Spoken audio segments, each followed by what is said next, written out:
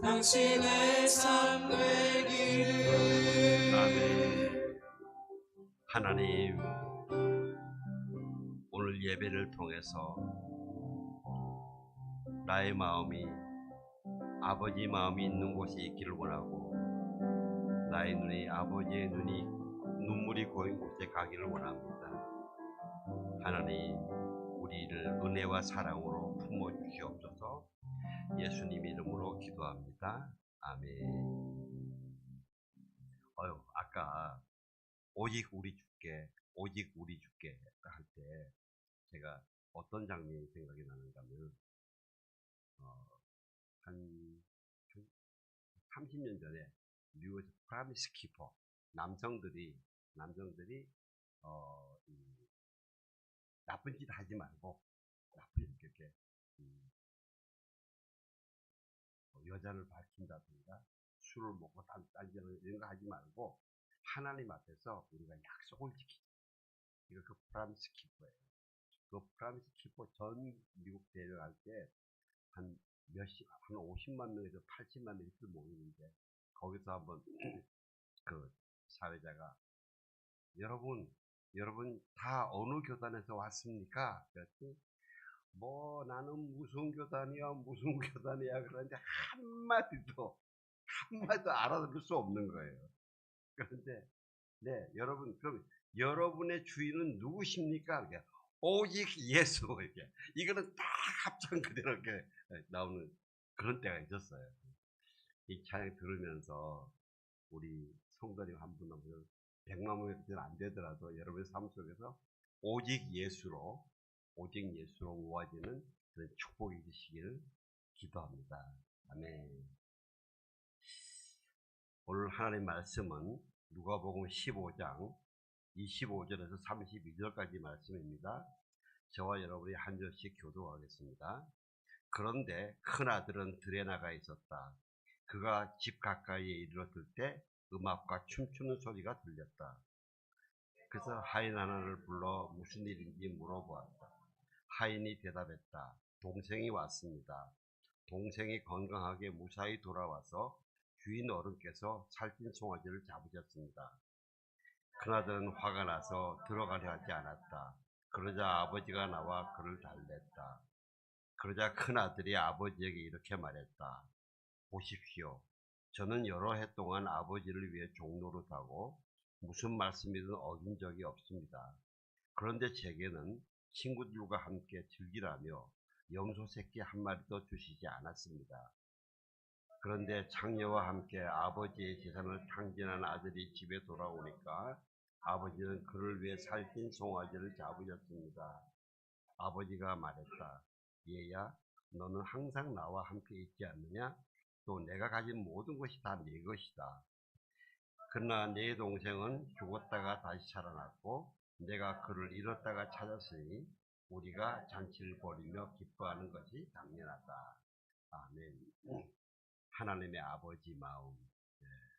두 탕자들도 앞에 허랑방탕하게 놀다가 들어온 이 아들 용서하는 것 말고 집에 있던 큰아들에 대해서 이야기입니다.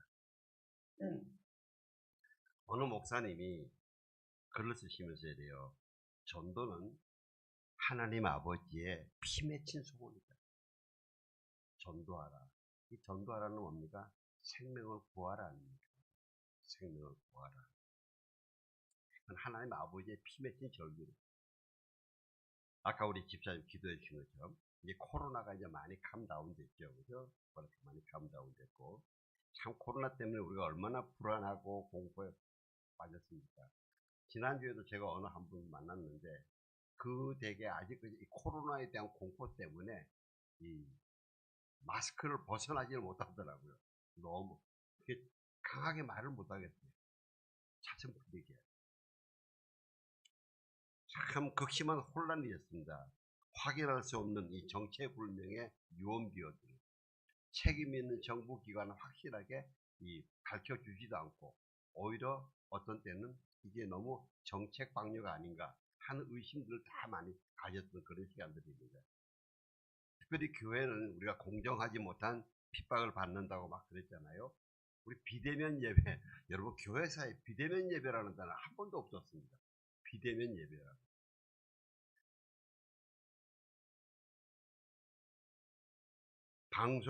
방송과 유튜브가 많이 발전하면서 사람들이 이 설교만 듣더라고요.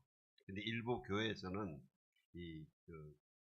자기 그 방송 하시면서 이제 성도님들 예배 시간이니까 자리를 정리하시고 바르게 앉으셔서 예배를 드립시다 하면서 이제 집에 있는 성도들에게 그렇게 이제 하시는 분들도 많이 있더라고요. 그래서 제가 그걸 보면서 참 하나님을 향해서 예배를 위한 성도인들의 마음과 태도를 잡아주려고 참 애를 많이 쓰신다.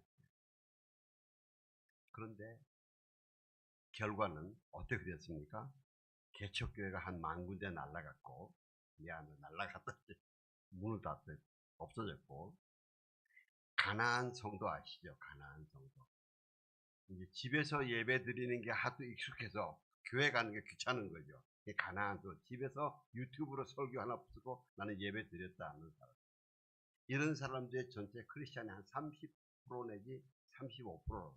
그래서 이런 말도 있어요. 지금 대한민국에서 가장 큰 교단은 가나안 교단이다. 그래도 정통신앙으로 예수님의 가르침대로 살아야 된다고 하는 성도님들은 교육자들과 함께 합심해서 참 기도를 많이 했습니다. 아무리 뭐라 그래도 세상 모든 일의 주권자는 성삼위 하나님이시다. 하나님이 다스리신다. 우리가 이 비대면 예배를 드리도록 억지로 억압받았던 그것이 억울하지만 그래서 그대로 따라갔지만 그래도 이것을 주관하시는 분은 하나님 아버지시다. 성부, 성자, 성령 하나님이시다. 그래서 우리 이렇게 기도했죠. 열심히 기도했습니다. 하나님, 우리가 먼저 회개합니다. 남한의 교회를 이렇게 북한이나 중국과 달리 마음껏 예배할 수 있고 마음껏 성경 공부할 수 있고 마음껏 부흥할 수 있고 마음껏 기도할 수 있는데도 우리가 실제 그렇게 하지 않았던 거 하나님 잘못했습니다. 용서해달라고 그랬죠. 그죠? 그런데 이제 우리는 과연 이 하나님의 그 크신 은혜에 보답했는가 하면서 방금 우리가 찬양했던 것처럼 정말 하나님이 그렇게 풍성하게 마음껏 예배할 수 있고 마음껏 전도할 수 있게 했어. 우리의 마음이, 나의 마음이 아버지의 마음이 있는 곳에 있었고 있었는지, 나의 눈물이 아버지의 눈물이 보인 곳에 있었는지, 나의 두 눈이 아버지가 울고 있는 어두운 땅을 향하고 있었는지 우리가 막 살펴봤지 않습니까? 또 우리 이렇게 기도했습니다. 하나님 용서해 주십시오. 한 번만 더 기회 주시면은 우리가 이 선교 한국을 세워나가겠습니다. 우리만 믿는 게 아니고 선교 한국을 세워나가겠습니다. 여러분, 선교 한국을 복음을 전하는 나라, 복음의 서진 운동이라고 하시죠. 우리가 이 하나님이 길을 열어 주시면요, 북한의 지하교회 성도들하고 중국의 지하교회 성도들하고 그 성도들하고 같이 해서 이 예루살렘까지 가는데 그 중간에 가장 극심한 반대가 이 이슬람 공산 그들이 거기 힘치고 있어요. 지금 겉에는 안 나타났지만 지금 중국의 가정교회 지하교회가 한 1억 2천만 명 된다 그러는데요. 예, 중국이 그분들이 1억 2천만 명, 2억만 되면 중국은 변한다. 공산당 무너진다.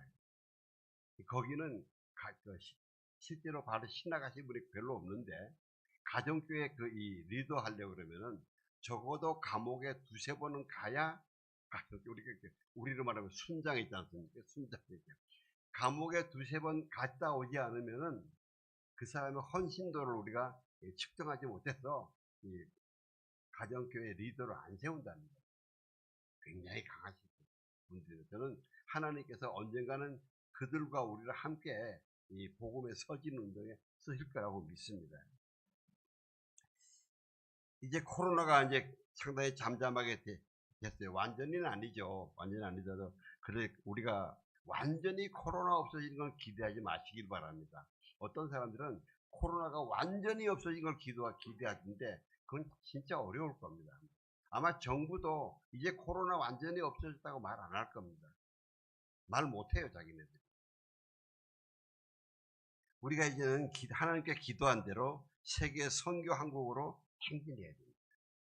마침 우리나라 중국이 그동안에 시진핑이 집권하면서 1대1로 하면서 전 세계를 막 휘저 다녔는데 걔들이 지금 그 나라들을 착취하려는 그 악한 계획들이 드러났어요. 근데 다행히 우리나라 사람들은 이 디아스포라 있지 않습니까? 이분들은 거기에서 참 좋은 평을 많이 받아요. 여러분 그 영화 수리남에서 이상하게 그런 거 나왔는데 실제는 그거보다 훨씬 더 많은 이 전 세계의 우리 그 한국 교포들이 그 지역 사람에게 유익하게 하고 교회를 세우고 좋은 일들을 많이 합니다. 그래서 여러분 우리가 세계로 나갈 수 있는 굉장히 좋은 발판들을 우리 이 선배님들이 먼저 만들어 놓고 있어요.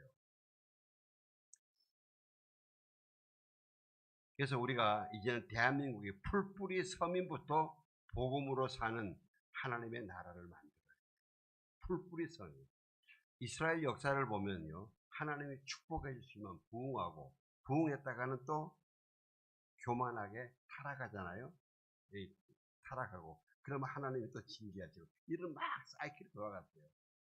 물론 이럴 때에 그 지도자들도 중요하지만은 거기 그 사회 그때 사시는 한 가정 한 사람 한 사람이 예배에 참석하는 한 사람 한 사람이 정말 하나님만 의지하고 여호와 하나님 신앙으로 바르게 있느냐 이게 중요한 거예요. 이게 중요한 거예요. 그래서 하나님의 관심이 남은 자입니다. 남은 자. 이 남은 자는 어떤 겁니까? 우리가 막 부흥하고 축복하면 막 엄청나게 화려해집니다. 커지고 거기서 화려한 그것이 하나님께서 언젠가 확 걷어버릴 때 핍박으로 눌러버리고 잘라버리고 태워버릴 때 그 위가 다 타더라도 그 밑에 뿌리의 생명은 가지고 있는 사람들. 이런 사람들이 남은 자들.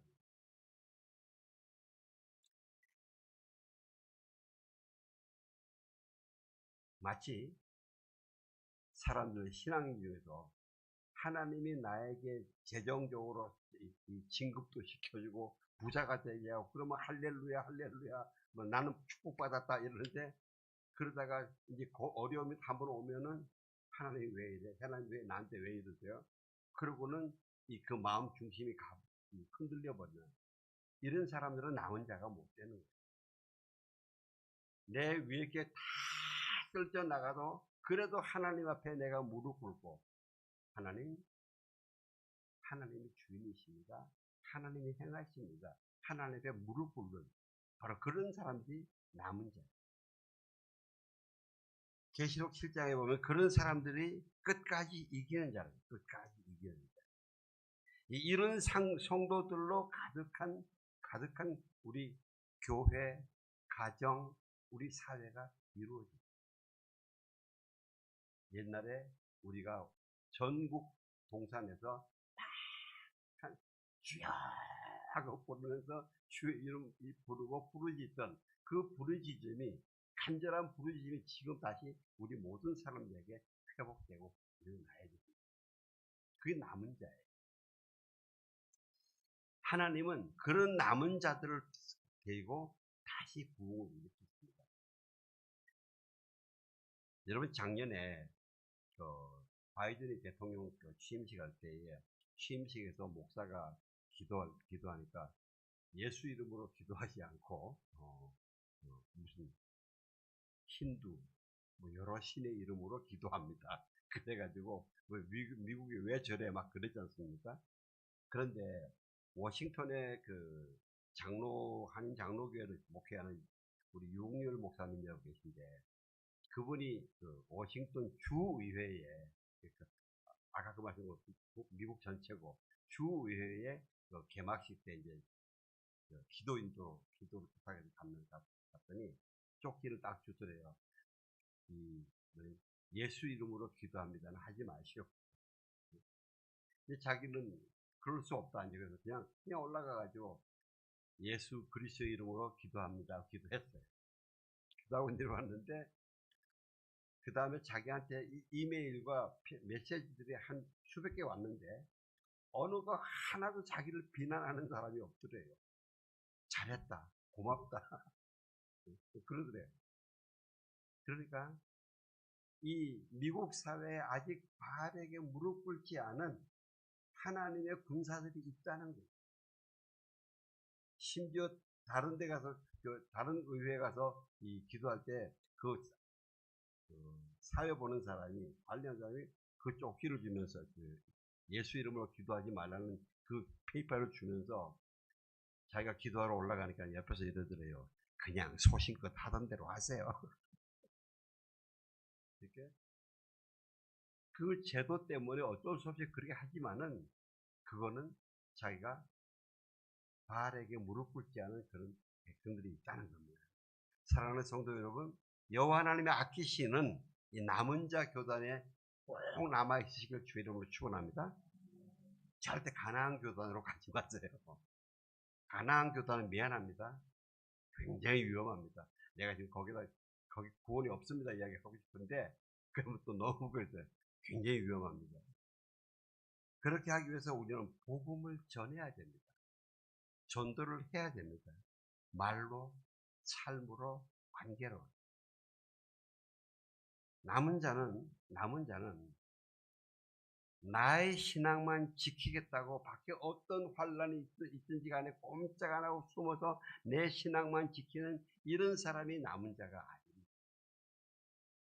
밖에 이 핍박이 있을 때에 그 핍박과 싸우면서 예수 이름으로 이겨나가고 그리고 그 속에 있는 아직 예수 그리스도를 알지 못해 죽어 있는 사람들, 그런 사람들 살려내는 이런 사람들이 끝까지 이기는 자요 남은 자인 것입니다.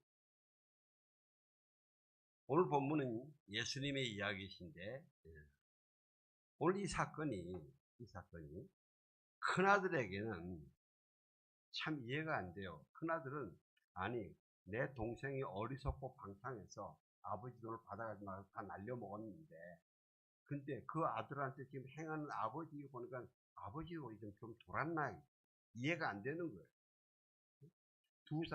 형편없는 동생과 이해 안 되는 아버지의 합작품인 얘기거든요. 동생이 아버지의 소유를 가지고 왔잖아요. 이 소유는 놔두면 나한테 돌아오는 거 아닙니까? 그리고 이 소유가 어떤 겁니까? 그 조상 때부터 받은 것이요. 아버지와 자기가 열심히 일해서 만들어 놓고 이제 후손들에게도 물려줘야 되는 건데 그걸 가지고 와서 다 날려 먹었단 말이에요. 이게 개인의 분노, 감정을 떠나서도 유대 율법으로 커차차라는 게 있는데 동네에서 이런 애들이 있으면요. 동네 들어오면 그냥 돌로 쳐 죽여요. 그 가족들이 안 하면 다 동네 사람들이 해도 말을 못해요. 왜냐? 그 동네 사람들에게 나쁜 벌을 드릴까. 그래서 아버지가 아들이 아직 멀리 있는데 못 쫓아나가잖아요. 그게 아들을 보고 반가운 마음도 있지만은, 그것도 있겠지만은, 지금 얘를 그냥 그 마을 입구에서 들어오는 집까지 오는 동안에 다른 사람한테 걸리면 돌매를 맞는다고. 근데 아버지가 나가서 내 아들이라고 품으니까 아무도 못 되죠. 그 집에 데리고 잔치를 하는 거예요. 그런 페류나의 가출과 거지로 돌아왔는데 아버지가 어이가 없이 바보같이 이렇게 잔치를 한단 말입니다. 또 이웃 사람들도 뭐라 그랬습니까? 저 집 아들이 그러고 나갔다는 거 알잖아요. 근데 걔들은 그냥 놔두지 뭐 그걸 잘한 거다 그렇게 소잡고 이래가지고 잔치를 해요. 저 아버지 어찌 잘못된 거 아니야? 그런데요, 여러분, 아버지는 그렇지 않아요. 아버지는 그렇지 않아요. 아버지가 그럽니다. 내 아들은 죽었다가 살아나. 세상 다른 사람들이 다 뭐라 그러고 비판하더라도 아버지는 내 아들이 죽었다가 살아났다. 단순하게 돈 들고 나서 허랑방탕하게 집에 가출했다가 돌아온 게 아니고 죽었다가 살았다. 내가 잊어버렸다가 다시 찾았다. 이 말씀을 두 번이나 하시는데 24절 한번 띄워줄래요? 같이 보고 왔죠. 내 아들이 죽었다가 다시 살아났다. 이 아들을 잃었다가 찾았다. 이렇게 그들은 잔치를 벌이기 시작했다. 이제 집에 하인들도 알잖아요. 아들이, 작은 아들이 이렇게 돈 가지고 와서 허랑방탕했다는 거. 근데 이제 속으로 이랬을 거 아닙니까? 자기들 생각을, 저거 이제 죽었다. 기싸게 터질 거다. 아버지가 받아는 드리지만, 제가 한번, 엄청나게 좁혀서 한번 혼을 낼 것이다. 그런데 안 그러고 아버지가 막 잔치를 벌린단 말이에요. 그러니까 하인들이 어리벙벙할 거 아닙니까? 그 하인들에게 이 아들은 내 아들이 죽었다가 다시 살아났다. 내가 잊었다가 다시 찾았다. 그렇기 때문에 이렇게 잔치하는 게 당연하다. 또 저쪽에 저 뒤에 가면요. 마지막에 32절에 그러나 내 동생은 죽었다가 다시 살아났고 내가 그를 잃었다가 찾았으니 우리가 잔치를 벌이며 기뻐하는 것이 당연하다. 그 아들이 지금 엄청 삐져가지고 집에도 안 들어오는 거예요. 이 큰아들이 얼마나 아버지한테 불효한가 조금 전에 제가 말씀을 드릴게요. 큰아들이 그랬을 것 같아요. 아니 그냥 아들이 왔으면 좀 조용히 받아들이지 뭐 잘하는 일이라고 온 동네방네 소문 다니냐고. 근데 그런 큰 아들에게 아버지가 그러는 거예요. 다른 사람들이 뭐라 그러는 거 그거 중요하지 않다. 내가 그런데 내 아버지의 이름이 수시를 받는 거 중요하지 않다. 이건 내 아들이 죽었다가 살아난 것이다. 내 아들이 잊어버렸다가 살아난 것이다. 그래요. 그래서 잔치하고 즐기는 게 마땅하다. 생명은 정말 소중합니다. 아까 우리 집사님 기도 중에 지금 터키 그 지진 난 데가 그게 안디옥 교회에 있는 지역이에요. 그 안디옥 교회가 지금부터 원래 굉장히 발전해 있었는데 AD 600년에 큰 지진 나서 몰락했거든요. 그 일대가 왜 이렇게 지진이 많은 건지 땅의 지각이 그렇게 충돌하는 지역이네요 보니까요. 그 안디옥 교회가 처음 이방인으로 구성된 교회고 여기서 처음 예수 믿는 사람을 그리스도인이라는 이름 부르는 일이 생겼고 그리고 거기서 처음 바울과 바나바를 세워서 선교사로 보냈어요. 그러니까 그 바울과 바나바의 선교의 은혜로 지금 우리가 복음을 받아가지고 생명을 받았거든요. 우리가 복음의 빚진 자예요. 생명을 빚진 거예요. 하나님이 이 사건 속에서 우리를 뭐를 배우라 그러실까? 그 사진 좀 띄워주실래요? 예. 저 위 아이는 구출해 냈더니 가족들은 다 죽어버리고 엄마 태출에 연결되어 있어가지고 애만 살아있는 거예요. 그 태만 잘려서 애들 나오고. 그렇게 얘는 태어나자부터 완전히 고아가 되고. 그 밑에 아이는요, 이제 누나하고 남동생인데, 열 몇 시간 동안 누나가 이렇게 꼭 지켜주고, 이 구조대가 가니까, 그러니까 아마 막 사람들이 손이 바쁘니까 구조대 왔다가도 가고 막 그랬는가 봐요. 저 있잖아요. 저 여기서 구해주시면은 제가 당신에게 평생 노예로 살겠습니다. 평생 노예로 살겠습니다.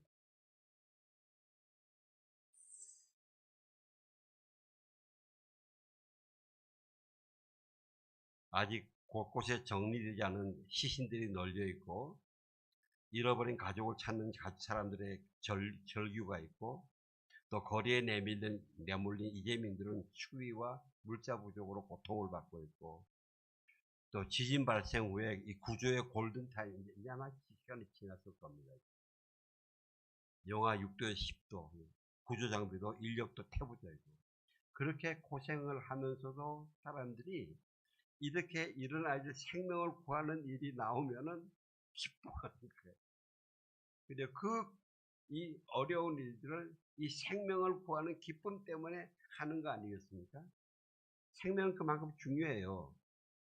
예수님도 그러셨죠. 여자가 해산하게 되면 그 때가 이르러 근심하지만 아기를 낳으면 세상에 사람 난 기쁨으로 생명이 난 기쁨으로 그 고통을 기억하지 아니한다.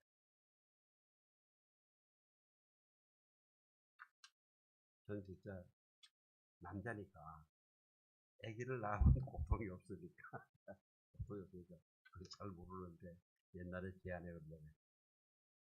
아기 낳아봤어. 못 해봤어. 할 말도 아무것도. 그러면서 제가 그 목사님이 전도는 하나님 아버지의 피 맺힌 절규다. 이 말 다시 한번 생각하면서 하나님이 지금 저와 여러분에게 이렇게 질문한다고 믿습니다. 아들과 딸이 집 나가서 돌아오지 않아서 애태우는 아버지 엄마의 마음을 너가 한번 헤아려봤냐? 지금 지진으로 저렇게 사람들 막 우리가 못 보는데 죽어가고 있지 않습니까? 지금 그걸 너희들은 모르지만 나는 보고 있는데 그 내 마음을 너야 알고 있냐? 제가 하나님께 하나님 그러면 하나님 초자연적인 능력으로 싹 치워버리고 살리시면 안 돼요.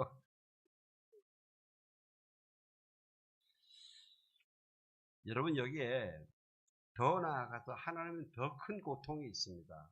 어떤 고통이냐면요. 수많은 영혼들이 아직 복음을 모르고 받아들이지 못하고 지옥으로 달려가고 있는 거예요. 육신의 생명은 살아있는데 지옥으로 달려가고 있는 거예요. 하나님이 그 사람들을 살리려고 당시에 독생자 예수를 이 땅에 보내셔서 십자가에서 그렇게 처참하게 고통을 받으면서 피 흘려 보혈을 흘려 죽으시고 부활하시면서 믿어라. 이거를 믿어라. 믿으면 너희도 구원을 받는다고 하는데 지금 여러분 온 세상에 그 예수를 모르는 사람, 알지 못하는 사람들, 예수님을 믿는다 하면서 또 적당히 도저히 믿음이 아닌 사람들 얼마나 많습니까?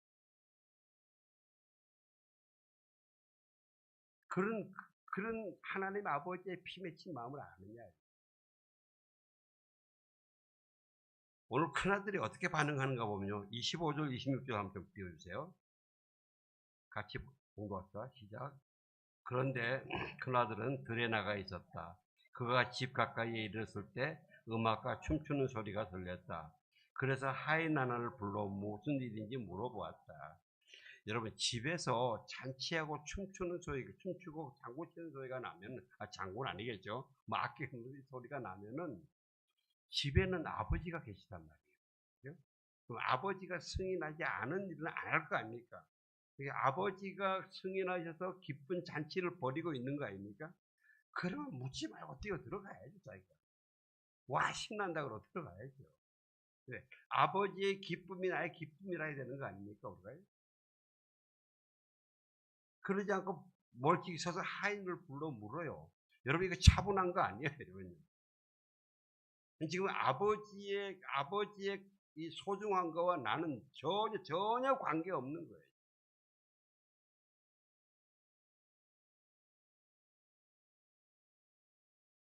그 다음에 27, 28절 한번 같이 봉독합니다. 시작. 하인이 대답했다. 동생이 왔습니다. 동생이 건강하게 무사히 돌아와서 주인 어른께서 살찐 송아지를 잡으셨습니다. 큰아들은 화가 나서 들어가려 하지 않았다. 그러자 아버지가 나와 그를 달랬다. 동생이 건강하게 돌아온 거 안 기뻐요. 이 친구는 아마 그 동생이 얘는 죽고 안 돌아오면 이 나머지 재산 다 내 거니까 젊은 자식이 가져간 것도 억울하지만 할 수 없다. 이거라도 지키자. 이것만 관심이 있었던 것 같아요. 동생이 건강하게 들어오면 관심이 없는 거예요.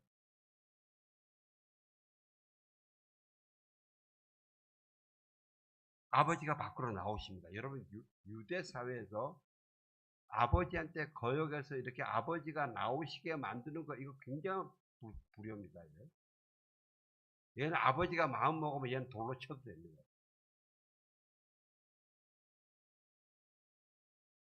아버지가요 그래도 따지지 않아요. 따지지 않고 야단치고 오히려 달래셨어요. 29절 30절 공부합시다. 시작. 그러자 큰아들이 아버지에게 이렇게 말했다. 보십시오. 저는 여러 해 동안 아버지를 위해 종노릇하고 무슨 말씀이든 어긴 적이 없습니다.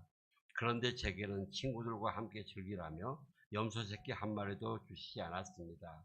그런데 창녀와 함께 아버지의 재산을 탕진한 아들이 집에 돌아오니까 아버지는 그를 위해 살찐 송아지를 잡으셨습니다.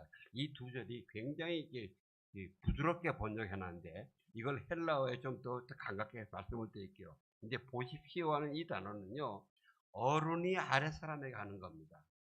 하나님께서 우리에게 말씀하셔 잘 들어라. 이거 중요한 부분이다. 이두 이런 단어입니다. 이 아들의 시건방지게 아버지 잘 들으십시오. 이런 거 아니에요.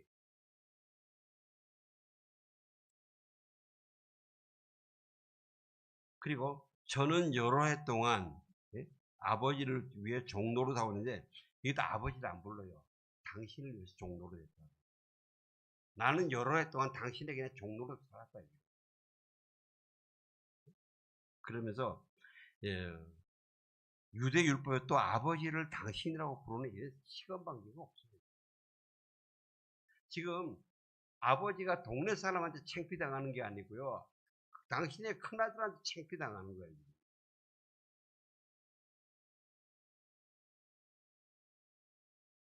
우리가 옛날 개혁개정은 섬겼다 그러는데 섬겼다 아닙니다. 노예로 이해했다. 세 번역이 맞습니다.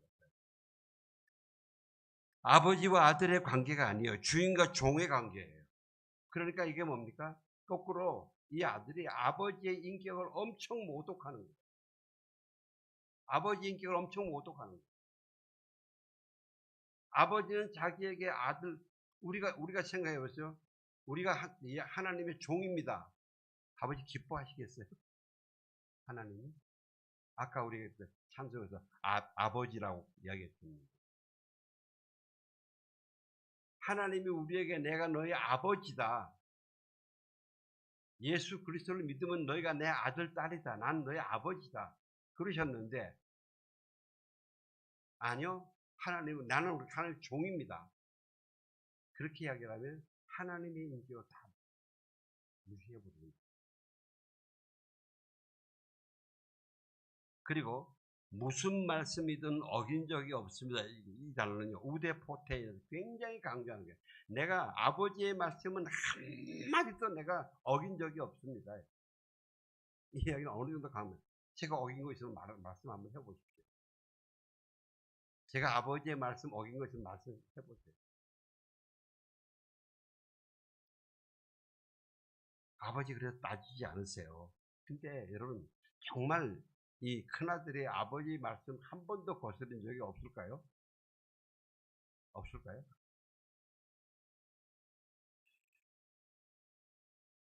그리고 염소 새끼 한 마리도 주시지 않았습니다. 이 말씀은요. 또 우대포테에서 한 번도 안 주셨다는데 여기 영어로 이게 더 잘 표현되는데 never gave me even a 양고 심지어 양 한 마리라도 절대 안 주셨다는 거예요. 주신 적 있어요? 한 말씀해 보세요. 제가요 아버지가 저에게 염소 반 마리라도 줬으면 제가 이렇게 이게 안 줬을 거예요. 무슨 애들이 막 대드는 거 있잖아요. 여러분 큰아들이 아버지로부터 받은 은혜와 사랑이 정말 그렇게 아무것도 아닐까요?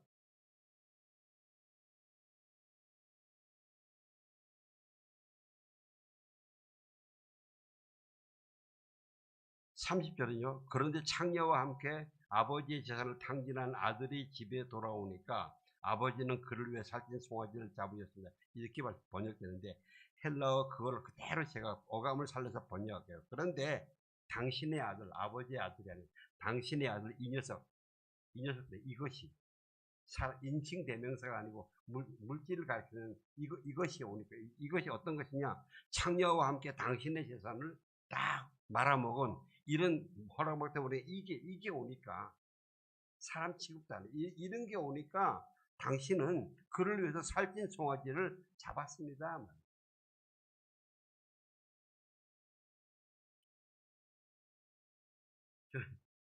이 녀석이 이러는 것 같아요. 아버지 그게 무슨 반가워할 만한 일이에요? 그게 잔치할 만한 일이에요? 창피한 줄 좀 아세요. 저 그냥 받아들였다가 좀 놔두세요. 아니 저러다가 한 번 더 나가면 소 2마리 잡겠네요.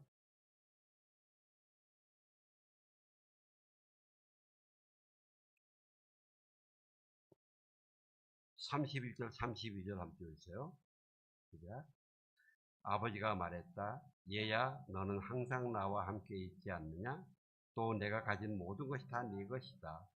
그러나 내 동생은 죽었다가 다시 살아났고 내가 그를 잃었다가 다 찾았으니 우리가 잔치를 벌이며 기뻐하는 것이 당연하다. 얘야 하는 이 단어가 테크논 하면서 헬라어에 굉장히 사랑스럽게 부르는 단어입니다. 예수님이 그 무덤에서 부활하신 다음에 그 여인들 찾아왔을 때 막 얘야 하고 부르요. 그때 테크논. 그 아주 다정한 부르십니다. 아버지 화를 안 내세요. 난 이 아버지가 너무 부러워요. 나도 이렇게 화를 안 내고 저는 이 정도 되면 화가 팍 나가지고 한 대 쥐어 박았을 것 같은데 아버지가 화를 안 내세요. 예수님이니까 그러신가 봐요. 분노하지 않으시고 굉장히 애정 어린 그런 표현을 부르세요. 그리고 이 아이는 너희 동생이다. 이것저것 아니다. 너희 동생이다. 너는 나의 노예가 아니다. 하인도 아니다. 너는 나의 아들이다.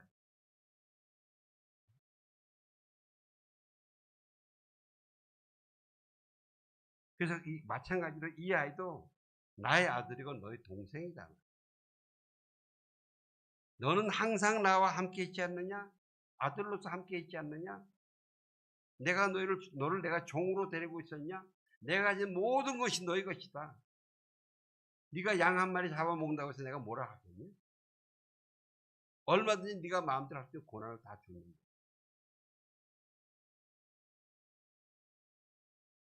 나는 너를 나와 함께 주인으로 같이 있었지 내가 너를 종으로 같이 데리고 있지 않았다. 여러분 세상에 우리가 이 땅에서 아버지 엄마도 내 자녀들을 우리 사람이 얼마나 성질이 부족해요, 그죠? 그래도 우리가 자녀들을 종으로 데리고 있어요? 종으로 안 데리고 있잖아요.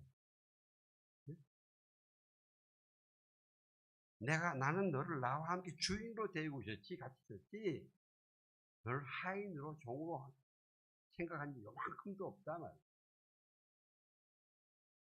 그래서 네 동생은 죽었다가 다시 살아난 거야. 부활한 거야. 지금 그냥 집 나갔다가 다시 돌아온 거 아니야. 죽었다가 살았고 잃어버렸다가 다시 찾은 거야. 우리 많은 사람들이 예수님이 이 비유의 말씀을 여기서 다 끝내버려요.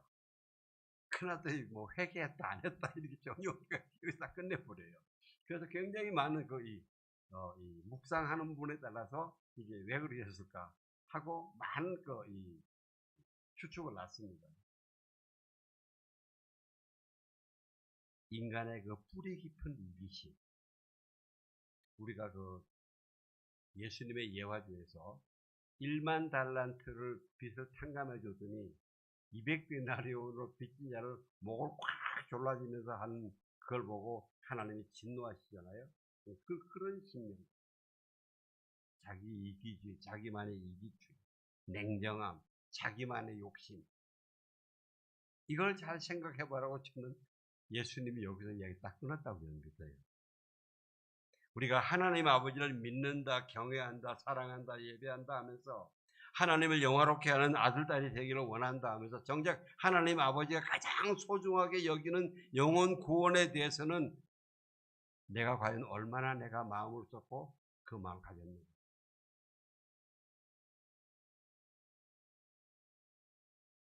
정말 하나님이 원하시는, 기뻐하시는 것에 이렇게 관심을 두지 않는 것에 정말 괜찮을까요?